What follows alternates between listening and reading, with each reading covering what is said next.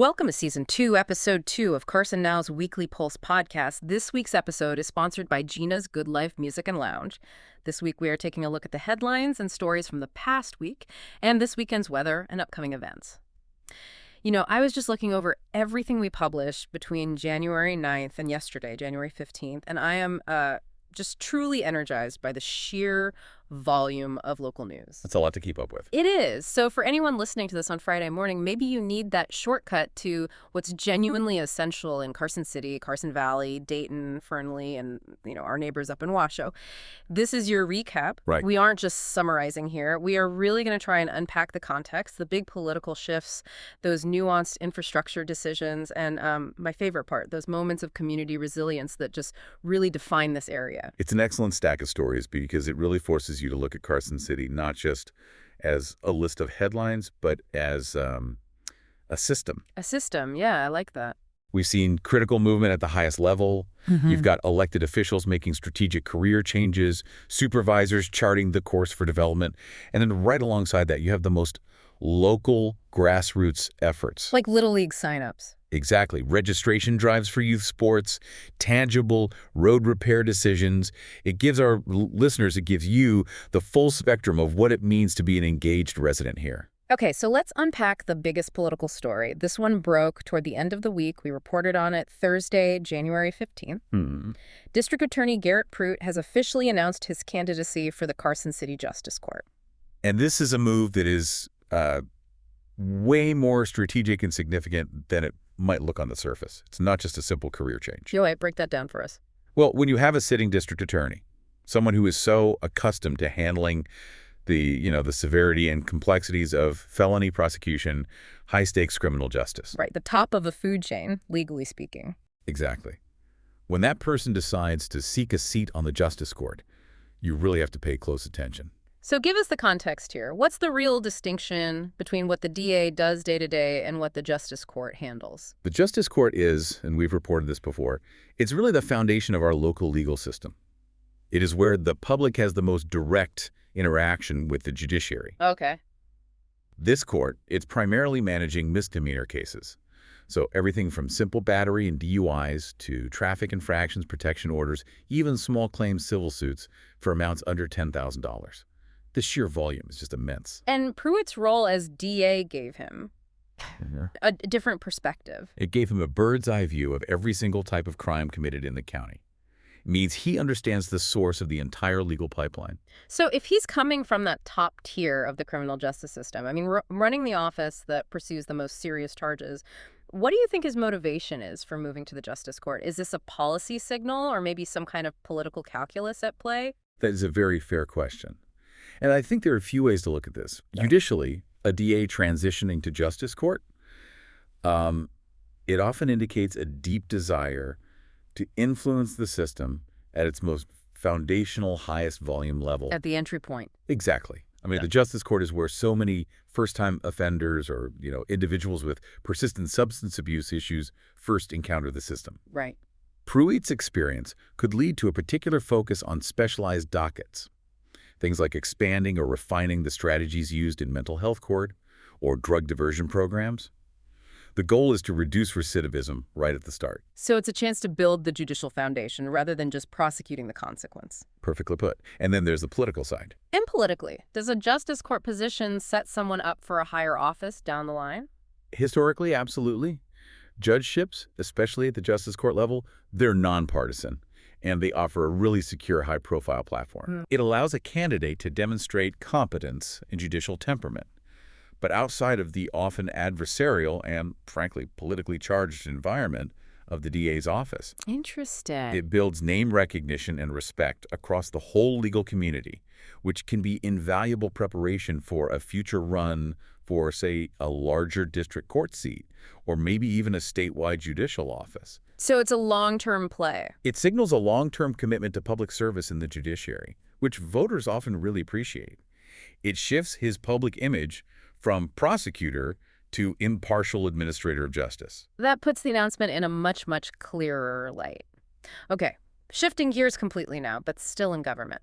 We also reported on Wednesday, January 14th, about some key leadership changes within the Carson City School Board. Yeah, the annual reorganization. Walt will now serve as president, Varner as vice president, and Peterson is set to serve as the clerk. And this new internal composition is so crucial because these roles, they're the operational command structure of the entire school district. So the president, Walt in this case, what does that role really entail? The president sets the board's agenda, manages the flow of the meetings, and acts as the official liaison between the elected body and the superintendent. The vice president, Varner, is critical for managing committees and stepping in during absences. It's not just ceremonial. So how does this specific combination of leadership, Walt, Varner, and Peterson, how does that potentially influence the priorities of the district moving into the spring semester? Well, if we look at the roles they've previously taken on within the board structure, we can anticipate certain shifts. The president controls the narrative. Okay. So if the previous leadership focused heavily on, let's say, facility modernization, maybe advocating for the next bond measure, the new leadership might prioritize something different, maybe academic performance metrics, or perhaps they'll delve deeper into teacher retention strategies and compensation structures. So it really signals a change in focus. It signals where the current majority consensus lies. That balance between capital projects, academic results, and personnel management. They're going to immediately influence the debate on budget allocations for the next fiscal year and any contentious curriculum updates that might come up.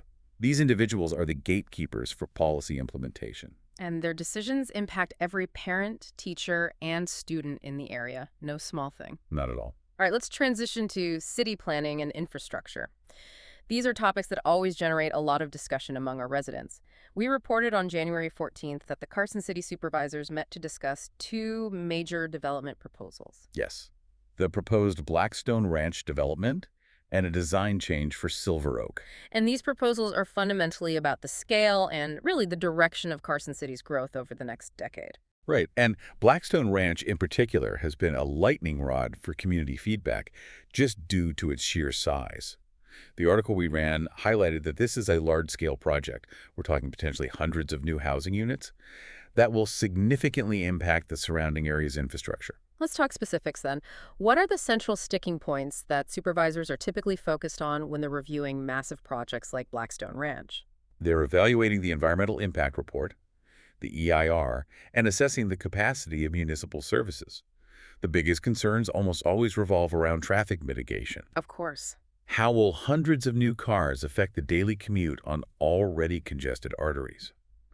But in this region, the most critical issue, especially in light of the drought discussion we're about to have, is always water. Ah, water, right. Does the development rely on city water services or private wells? If it's private wells, how does that impact the regional water table, particularly in a year where we are seeing a snow drought? Supervisors have to scrutinize the developer's plans for things like open space, density, how utilities will be extended. The goal is to make sure the growth is sustainable and doesn't strain existing resources beyond their limit. Okay, and what about the Silver Oak design change? That's an existing established community. Why are supervisors needing to revisit design plans there? A design change suggests a modification to the original approved zoning or site plan. This often happens when a phase of development changes hands, or maybe market needs shift, requiring changes to lot sizes, density, or the use of common areas. So the supervisors are just making sure everything is still up to code. Their involvement ensures that the proposed changes are compliant with current city codes, and, critically, that they respect the quality of life and previous agreements made with the existing Silver Oak community residents. Any change has to be vetted transparently to prevent unintended consequences for property values or neighborhood aesthetics. Good to know. Okay, switching to infrastructure that affects, well, all of us who drive.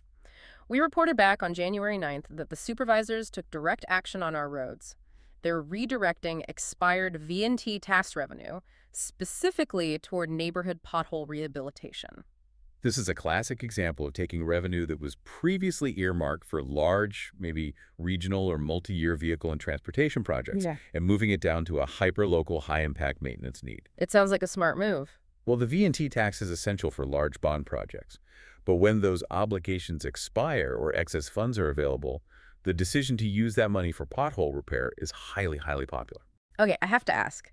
While smoother streets are always appreciated, doesn't repurposing a large-scale tax meant for major transportation projects and using it for simple maintenance, Doesn't that suggest that the city might have an underlying, maybe unsustainable funding gap for basic infrastructure upkeep? That's the critical question this decision raises. Yeah. Yes, it's a feel-good win right now. You get immediate relief from rough roads, but municipal budgeting requires dedicated, consistent funding streams for both capital projects like new roads and major expansions and maintenance like potholes and resurfacing. So this is a Band-Aid. It could be. If maintenance is constantly relying on the overflow or redirection of specific project taxes, it might signal that the current general fund allocations for public works maintenance are inadequate. It's a short-term solution that may necessitate a broader discussion about long-term infrastructure funding stability in the coming year. The great point on the budgetary implications. Finally, under this government umbrella, we noted an ongoing discussion around housing, specifically short-term rentals, or STRs. We reported on January 12th that Carson City is scheduling community outreach meetings about these rentals. And STRs are perhaps the most contentious housing topic nationally right now, and Carson City is facing the exact same challenges. It's a tough balance. It is. The central conflict lies between property owners who utilize platforms like Airbnb for income and the long-term residents who feel these rentals destabilize neighborhood character, reduce the already limited long-term housing supply, and introduce noise or parking issues. So by scheduling these community outreach meetings, what is the city prioritizing before they take any regulatory action? They are prioritizing a measured, data-driven approach rather than just a rushed mandate. They are clearly signaling that they want input from every stakeholder, the SCR operators, the property managers, and the adjacent neighbors. So they're gathering information first. This allows the city to map out the specific concerns within Carson City, not just adopting a blanket policy from another region.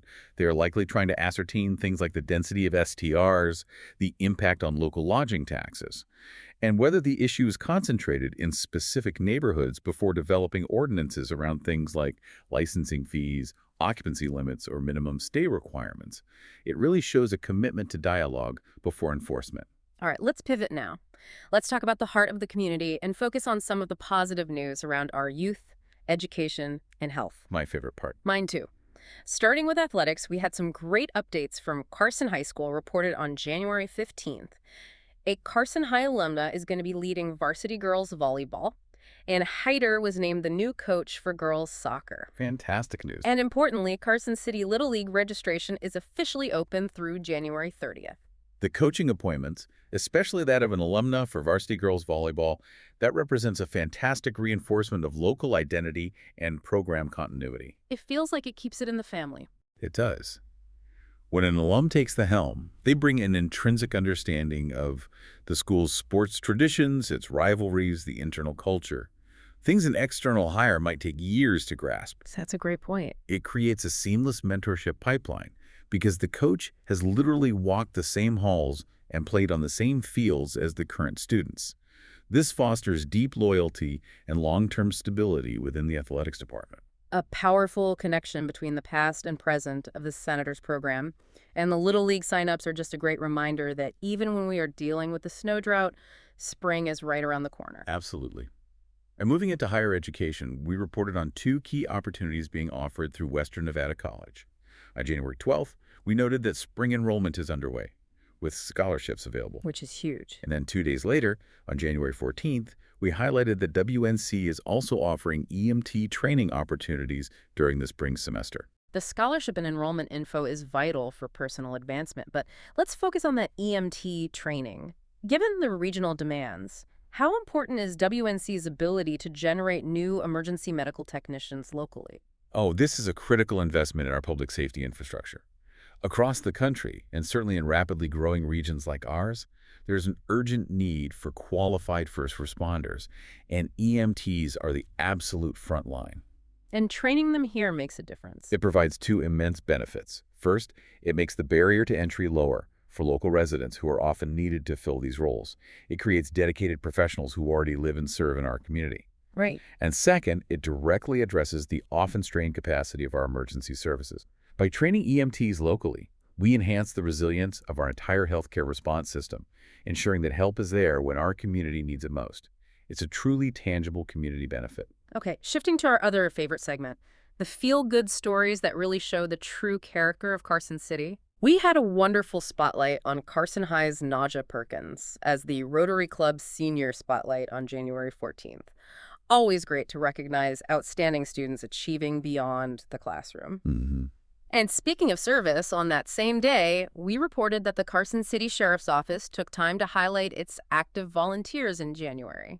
Highlighting volunteers, whether it's a high-achieving student or a dedicated citizen assisting the sheriff's office, it serves as a vital reminder of how much this community relies on civic engagement. You don't always see that work. You don't.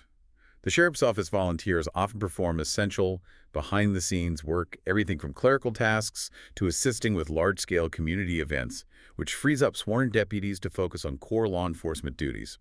A public acknowledgement like this, it validates the thousands of hours these citizens contribute and underscores the collaborative nature of public safety here. It's a true community partnership. It really is. We also shared news about an upcoming event. Frisch Elementary announced its second annual Mother-Son Dance is scheduled for January 30th. Always a great event. And in a moment that just demonstrated the true power of this regional community, we reported on January 10th how the entire area rallied behind a Dayton student who suffered a medical emergency during basketball practice. These stories, they just show the strength of the social fabric here. The Mother-Son Dance is a classic foundational event that builds connections within the neighborhood schools. But the response to that Dayton student's emergency is the most telling. It was immediate. It was. When a family is dealing with a sudden, serious medical crisis, the speed and scope of community support, whether it's financial, emotional, or logistical help, it just speaks volumes. It demonstrates that our region is not just geographically connected, but emotionally connected. It confirms that the Carson City area has a robust, powerful, and immediate support system ready to mobilize for its neighbors. Well said. We also reported on some great local business news, which is always a positive sign of economic vitality. We had a wonderful feature on a new business opening in Genoa, Moss and Midnight, which was described as an immersive, moody bookshop. I love the sound of that. A new specialized independent bookstore opening is a great indicator of cultural health and resident interest in unique local destinations. It's a statement that our communities value gathering spaces beyond just commerce. For sure. And speaking of longevity in local business, we featured an incredible milestone, a Carson City hairstylist celebrating a 50-year hairiversary. 50 years. 50 years in one profession, maintaining a client base through 5 decades. That is a stunning testament to dedication, customer loyalty, and long-term local entrepreneurship that is truly rare to see today. Absolutely incredible. And wrapping up the community arts section, we noted that the Mile High Jazz Band presented Cool Jazz in January, this past Tuesday, reminding us that the arts scene stays vibrant even in the middle of winter. It certainly does. Okay, we have to now address what was perhaps the most critical regional headline we reported this week, and it has vast implications for everyone. The top environmental story was the concerning news that much of Nevada is currently plagued by a snow drought. This is a massive concern, and the seriousness of it really can't be overstated. When we talk about a snow drought, we aren't just talking about a lack of recreational opportunities, though that certainly hurts local economies that rely on skiing and sledding. Right, it's more than that. The high-elevation snowpack in the Sierra is the fundamental lifeblood of our region's water system. It operates as a gigantic, slow-release natural reservoir. Okay, so elaborate on that mechanism. Why is the snowpack so much more valuable than getting the same amount of precipitation just as rain? Well, rain runs off quickly. It leads to rapid surges in rivers, which is great for an immediate fill, but much of that water is lost or just quickly passes through the system. Right. Snow, however, accumulates throughout the entire winter. As the spring temperatures slowly rise, that snowpack gradually melts over months. This controlled, steady release ensures a continuous, reliable flow of water into the Truckee River, the Carson River, and the reservoirs that feed municipal, industrial, and agricultural users all through the summer and fall. So if the snowpack is deficient now, in mid-January, That slow, steady feed is severely compromised. so what are the immediate and long-term consequences of this regional snow drought for our listeners in Carson City and Washoe? Well, the long-term consequence translates directly into projected water restrictions for municipal users, potentially as early as late spring or early summer, if these current trends hold. Wow, that's soon. For the agricultural sector in Carson Valley, it means potentially reduced allocations for irrigation. Regionally, it drastically increases the risk of an early and intense fire season because the ground moisture is lower and the high-elevation forests dry out much faster. So this isn't just a weather report. No, this is a critical regional concern that immediately raises the conversation about conservation and preparedness. Local government entities, like the supervisors we just discussed, they will likely face emergency policy discussions on water usage in the next 90 days if this drought persists. That puts a serious and necessary perspective on the lack of snow. Shifting focus from the water table to the housing market, we reported on January 12th and 13th that December home prices edged down across a wide geographic swath. Yes, affecting Carson City, Lyon, Douglas, and Washoe counties. What does that tell you? The widespread nature of the decline offers really valuable context. When prices drop across 4 major counties at the same time, it confirms this is a broad regional economic trend, not an isolated incident in a single neighborhood. Right. And while December is often subject to seasonal slowing, people prioritize holidays over moving, the continued softening indicates the impact of broader economic forces. Are these forces primarily related to interest rates, or is it also tied to regional migration patterns maybe slowing down? It's likely a combination. Nationally, higher interest rates continue to erode buyer affordability, which naturally puts downward pressure on prices. But in our region, we've seen explosive growth over the last few years. A moderate dip suggests the highly pressurized demand from out-of-state migration might be normalizing. So, a bit of good news for local buyers. While the market remains competitive, this cooling trend offers a slight reprieve for local buyers who have been priced out. It's a useful data point for anyone considering entering the market this year, suggesting that the frenzied peak of the market may be behind us for the moment. We also got a significant update on regional infrastructure that really shows the long-term vision of the city. We reported on January 13th on the progress of the East William Complete Streets and Mills Park 2026 project, detailing its vision, progress, and timeframe. These projects are so crucial because they address more than just driving lanes. The Complete Streets concept is a planning model that aims to make major corridors safe and accessible for all modes of transportation, not just cars, but pedestrians, bicyclists, and public transit. So this is about more than just paving. Much more.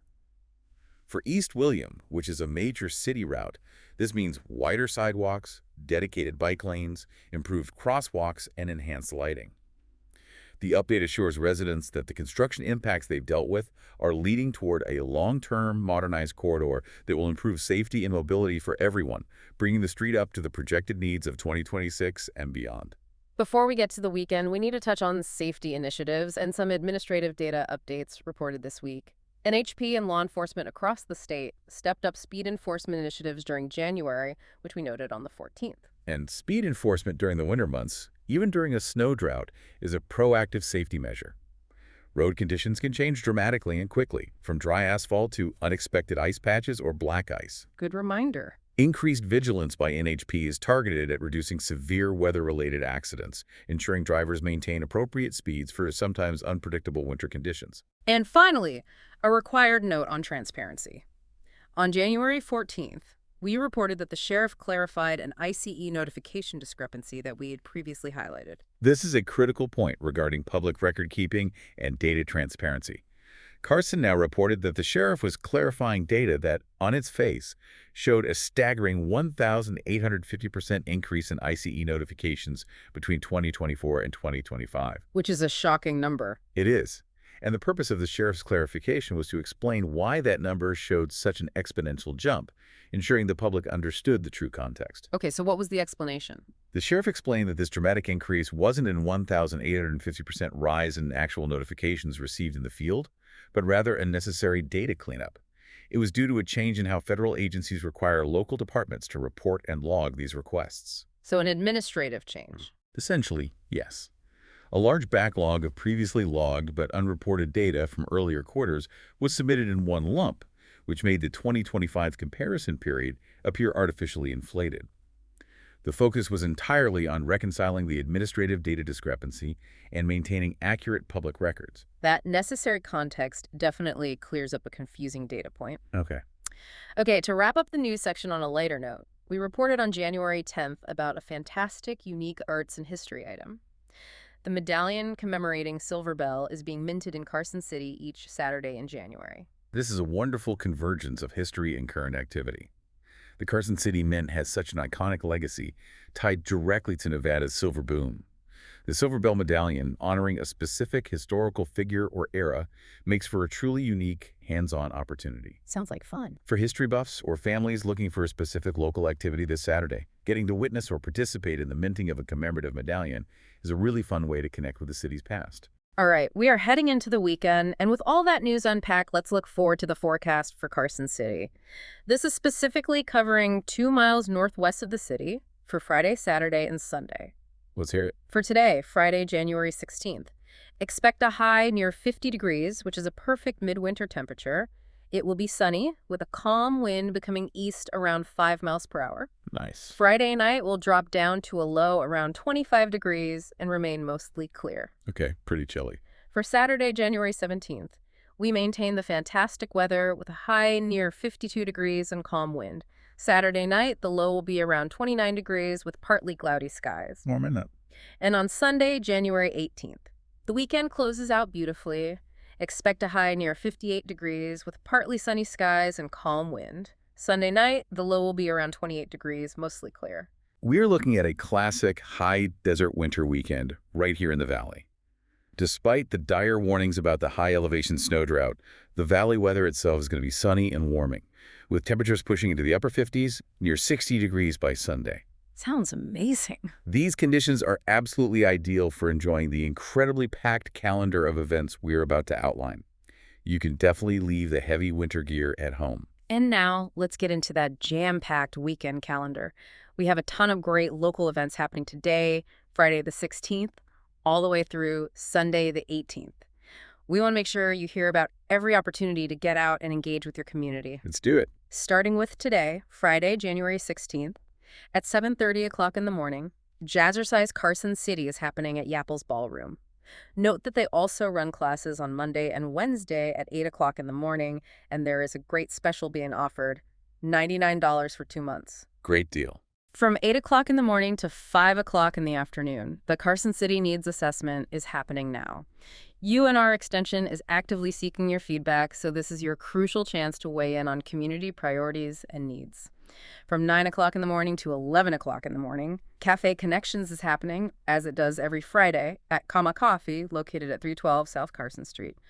From 5 o'clock in the evening to 6:5 o'clock in the evening, there is free grief therapy available at Wiley's Wellness Sanctuary from 6 o'clock in the evening to 10:30 o'clock in the evening.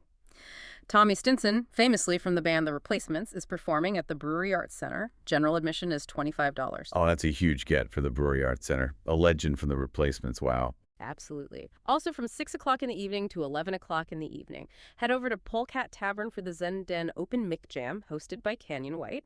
At 6:30 o'clock in the evening to 9 o'clock in the evening, you can join the Adult Paint and Sip class, themed Just a Woman, at the Brewery Arts Center. Entry is $45. From 7 o'clock in the evening to 9:30 o'clock in the evening.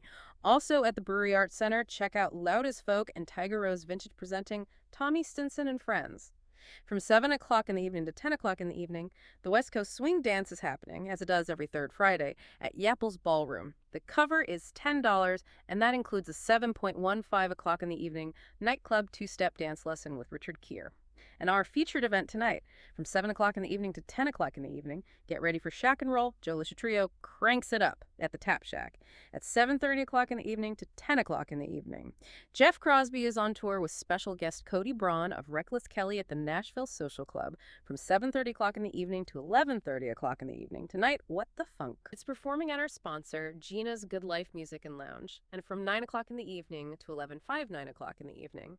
Finish the night with karaoke at Saltwater Tavern, happening every Friday night. That is a packed Friday. It is. Now for a full Saturday, January 17th, from 8:30 o'clock in the morning to 4:30 o'clock in the afternoon. A Nevada CCW class is being held for resident, non-resident, new, and renewal registration. You can register by contacting Cadence Defense directly from 9 o'clock in the morning to 11 o'clock in the morning. Cafe Connections is back, happening every Saturday at Schatz Bakery, located at 1212 South Stewart Street, from 9:30 o'clock in the morning to 12:30 o'clock in the afternoon. There is a nonprofit panel at the Bill AD2WN January workshop at 1455 N.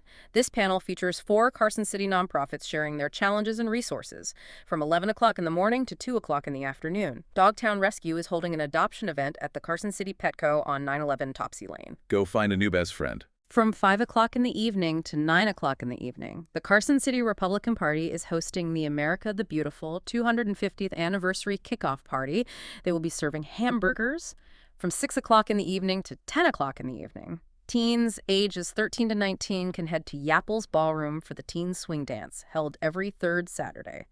The $10 cover includes a 6 o'clock in the evening swing basic steps lesson and a 6-part 30 o'clock in the evening jitterbug combo lesson.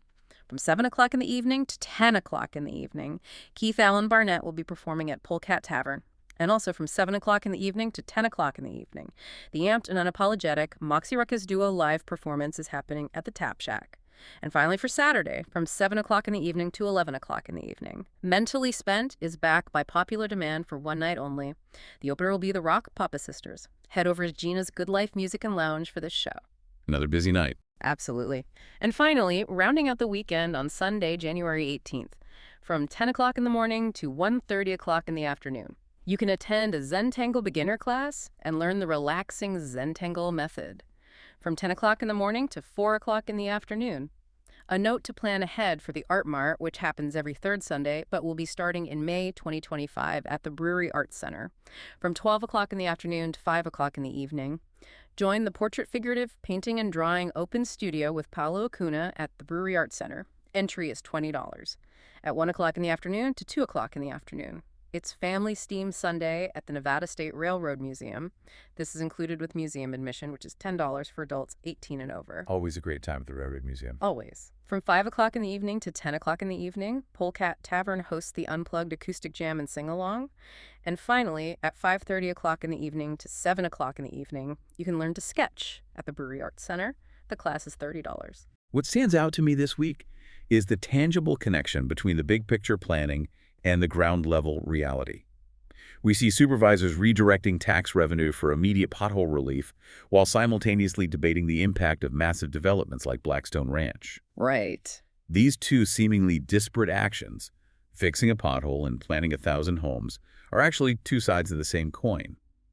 They demonstrate a community wrestling dynamically with growth and quality of life, and the diversity of the events we just read, from rock concerts to CCW classes and grief therapy, it just underscores the vibrancy of an active, engaged Carson City. That is the perfect summary. It truly is a dynamic place to live.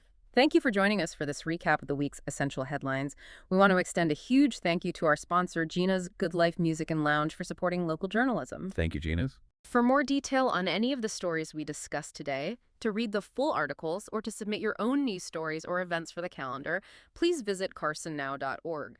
Don't forget to like and share this podcast and follow us on social media. We'll be back next week with another Weekly Pulse. Have a great sunny weekend.